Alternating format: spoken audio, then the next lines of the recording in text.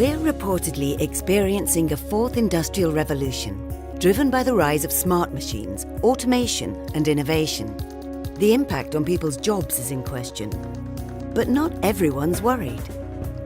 Should business leaders be more concerned that their employees aren't worried about the changing nature of work? And how can they address this apparent reality gap and prepare their workforce for the future? 80% of all respondents are confident that their job will exist in 10 years' time.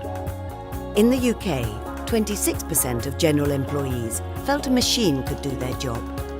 55% of UK respondents, 54% of US respondents, and 50% of South African respondents think they are overqualified for the job they currently do.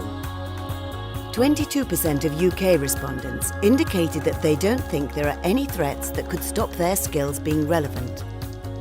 95% of respondents are confident in their own skills and productivity. As the industrial revolutions that have gone before prove, successful businesses, economies, and people have always adapted to the evolving nature of the economy. So too have skills. Given the correlation between the skill set of a national workforce and the potential growth of a country's GDP, it's no surprise that a lot is being done to upskill workforces in both emerging and established economies across the world. But the way people like to learn is changing. Perhaps it's not surprising, given that trade now includes the international movement of people and, of course, skills. So just how confident are people about having the right skills to work abroad? And what impact will this have on countries and economies? In India, 80% of respondents were confident that Indians had the right skills needed to work abroad. But 93% of Indian respondents also wanted more focus on increasing skills to support Indian industry.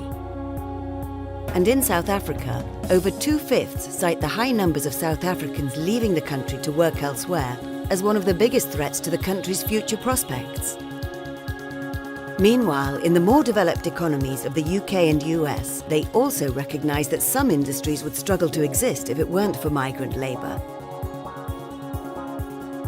In fact, more than half state that immigration is essential to filling skills gaps in the US, rising to more than 2/3 amongst senior leaders.